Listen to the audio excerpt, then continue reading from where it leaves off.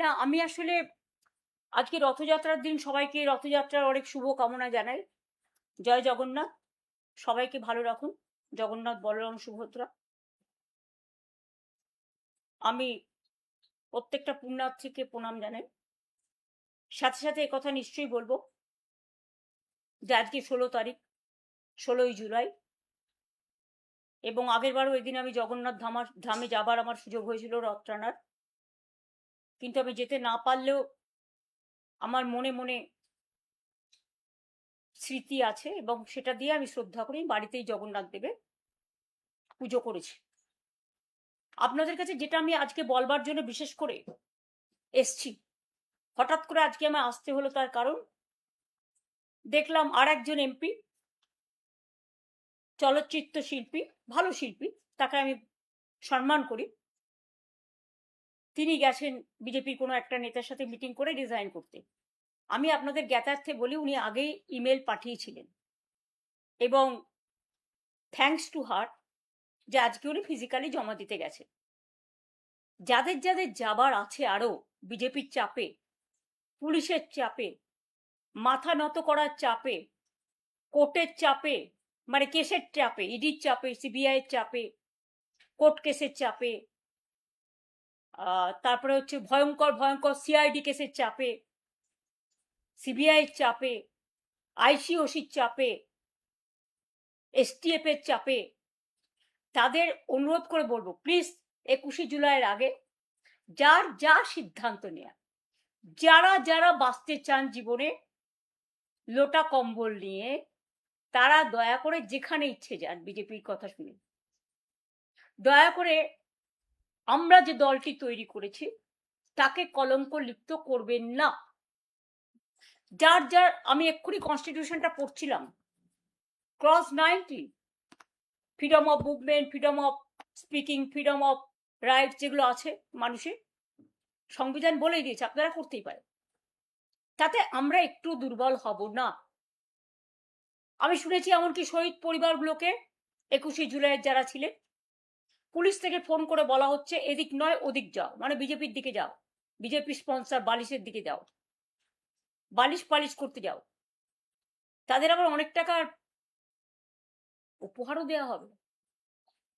আমি বলি আমরা তো খুব ক্ষুদ্র দল, আমরা 40 বছর ধরে এই পরিবারগুলোকে চাকরি থেকে শুরু করে যতটুকু আমাদের সাহায্য করা, যেদিন ঘটনা ঘটেছিল সেদিন আমাদের কোনো ক্ষমতা ছিল না, বাট 21শে জুলাই বেনেভোলেন্ট ফান্ড আমরা একটা তৈরি করেছিলাম, কবি সুভাষ মুখোপাধ্যায় তার চেয়ারম্যান ছিলেন এবং প্রদ্যুৎ দত্ত এক্স আইএফ এর জেনারেল সেক্রেটারি প্রেসিডেন্ট, তিনি ছিলেন তার জেনারেল সেক্রেটারি এবং তাদের নেতৃত্বে আমরা সেদিনও কিন্তু মানুষ যেটা জমা করেছিলেন তার টোটালটাই আমরা কিন্তু শহীদ পরিবার এবং বিশেষ করে যারা আরো 100-150 জন আহত হয়েছিলেন যতটুকু পেরেছি সাহায্য তাদের হাতে তুলে দিয়েছিলাম এবং প্রতি বছর আমরা শহীদ পরিবারকে ডাকিও সম্মান জানাই। এবারে যদি ভয়ে এবং অর্থের পরিসীমা ছাড়িয়ে যদি কেউ আপনাদের সাহায্য করতে চান, এটা আপনাদের সিদ্ধান্ত, কিন্তু মনে রাখবেন 40 বছর ধরে যারা প্রতিবার আমাদের প্রোগ্রামে এসছেন, আজকে দিন বদলেছে, সাময়িক।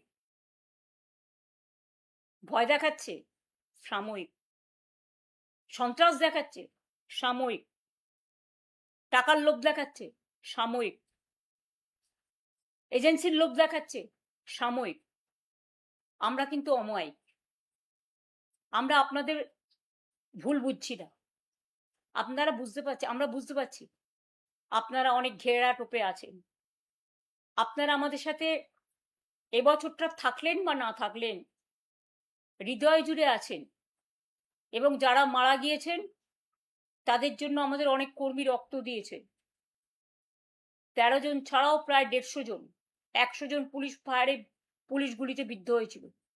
তাছাড়াও অনেক শহীদ পরিবার, ইলেকশনের পরেও আমাদের প্রায় 20-22 জন মারা গেছেন, হত্যা করা হয়েছে, অত্যাচার করা হয়েছে, বাড়ি জ্বালানো হয়েছে, ধর্ষণ করা হয়েছে। তাদের প্রতিবাদ করার ভাষা নেই, তারা প্রতিবাদ করতে পারেনি, কাউকে টাকা চাওয়া হয়েছে, সে দিতে পারেনি, আত্মহননের পথ বেছে নিতে বাধ্য করা হয়েছে। তাই আমি তাদের বলবো, তাদের সমর্থনে, মানে তাদের প্রতিবাদে, তাদের যে প্রতিবাদী কণ্ঠ তাদের ওঠাতে দেওয়া হয়নি, সেই প্রতিবাদী কণ্ঠ নতুন করে 21শে জুলাই আওয়াজ তুলবে। যদিও আদালতের অনেক রেস্ট্রিকশন আছে, আমরা চেষ্টা করব আমাদের সাধ্যমতো কোঅপারেশন করে পিসফুলি অ্যাসেম্বল হয়ে। আমি জানি পুলিশ অনেক জায়গায় বলছে যাবেন না, যাবেন না, যাবেন না, আটকে দেবো, আটকে দেবো, আটকে দেবো। আমি প্রশাসনকে বলবো, নিজের মতো নিরপেক্ষ থাকুন। এক পক্ষ হতে গিয়ে মনে রাখবেন জীবনটা অনেক দিনের। দিল্লি টলমল হলেও এখানে কিন্তু ঢলমল হয়ে যাবে, এবং যারা আজও যাচ্ছে তারা কিন্তু আমাদের সাথে গোপনে গোপনে যোগাযোগও রাখছে। কেউ ভয় সহ্য করতে পারে, কেউ পারে না, এটা তাদের ব্যাপার। কেউ আত্মরক্ষা করতে পারে, কেউ পারে না। আমরা মাথা নিচু করে চলি না বলে আমাদের ফেস করতে হচ্ছে। তো আমরা যদি ফেস করতে না শিখি, বাংলাকে ভালোবাসতে না শিখি, দেশটাকে ভালোবাসতে না শিখি, মানুষের রায়টাকে সম্মান না জানাই, তাহলে নিজেরা একদিন আত্মগ্লানিতে ভুগবো না। তাই বলি, যা করেছেন ভালো করেছেন, ভালো থাকুন, সুস্থ থাকুন, আপনাদের পরিবারগুলো ভালো থাকুন। 21শে জুলাই নতুন করে পথ চলা হবে, তাতে কি আসলো কি না আসলো আমার কোনো যায় আসে না। আমরা যারা থাকবো তারাই স্বর্ণখনি, তারাই আগামী দিন নতুন করে পথ চলা শুরু করবে। 1997 সালে যদি নতুন করে পথ চলতে পারি, 2026-এও পারবো। অনেক ছলনা, না নাম না নিশানা, কোনোটাই নাকি তারা রাখবেন না। আপনারা ভালো থাকুন, সুস্থ থাকুন, নিজেদের রক্ষা করুন, দিল্লিটা আগে রক্ষা করুন, তবে তো আপনারা নিজেদের রক্ষা করতে পারবেন। দিল্লির মদতে যা ইচ্ছে আপনারা করে যাচ্ছেন। মনে রাখবেন, দিল্লি কিন্তু যতই জোর করে এমপি কিনুক বা বেচুক, আগামী দিন কিন্তু দিল্লি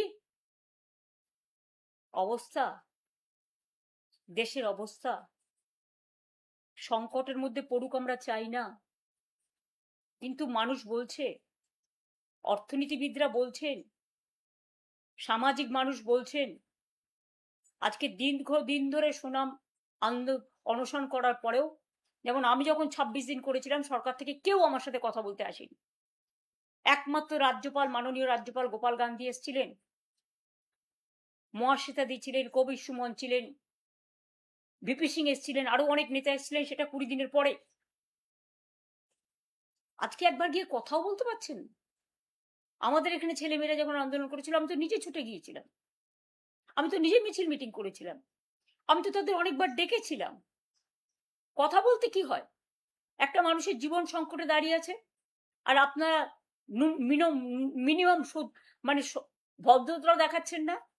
মাথার উপরে খোলা আকাশ, এই বর্ষাকাল, মেঘ চমকাচ্ছে, বিদ্যুৎ চমকাচ্ছে, প্রশাসন চমকাচ্ছে, চমক ধমকের রাজনীতি শেষ হোক। আজকে এই পুণ্য দিনে, পবিত্র দিনে, এটাই দেশের কামনা, এটাই মানুষের কামনা। আমার এই কথাগুলো বলবার জন্য আপনাদের কাছে আজকে আমি এসেছিলাম, এবং যা বলছি আমি কিন্তু ভয় পাচ্ছি না। যারা যারা যাবার, দয়া করে 21-এর আগে তারা নাম লেখান ওদের সাথে। কিন্তু কোনোদিন ভাববেন না দলটাকে কলঙ্কিত করে আপনারা নিজেদের সম্মানিত করছেন। পরিবার বাঁচান, পরিবারকে তো বাঁচানোর দরকার, কারণ আপনাদের পরিবার, সম্পত্তি, লাগেজ, ব্যাকেজ, এই জন্য তো বিজেপি প্যাকেজ। আর যেখানে বিজেপি নেতারা দাঁড়িয়ে বলে নামও রাখবো না, নিশানাও রাখবো না, আরে অনেক দল অনেকবার সিম্বল চেঞ্জ করেছে, নিশানা কিন্তু থেকে গেছে। আপনি নাম চেঞ্জ করতে পারেন ক্ষমতার জোরে, নিশানা, দিশা, ভিশন, মিশন, অ্যাকশন, এটা কিন্তু আপনি শেষ করতে পারেন না। কণ্ঠরোধ করলে, লাস্ট কথা বিশ্বকবি রবীন্দ্রনাথ ঠাকুরের ভাষায় বলি, কণ্ঠ আমার রুদ্ধ আজকে বাসি সঙ্গীত হারা, আমাবস্যার কারা। লুপ্ত করেছে আমার ভুবন দুঃস্বপ্নের তলে। তাই তো তোমায় শুধাই অশ্রু জলে, যাহারা তোমার বিষাইছে বায়ু, নিভাইছে তব আলো, তুমি কি তাদের ক্ষমা করিয়াছ? তুমি কি বেসেছো ভালো? এটা মা মাটি মানুষের কাছে আমার আবেদন থাকবে। ভালো থাকবেন, সুস্থ থাকবেন। জয় হিন্দ, বন্দে মাতরম, জয় বাংলা।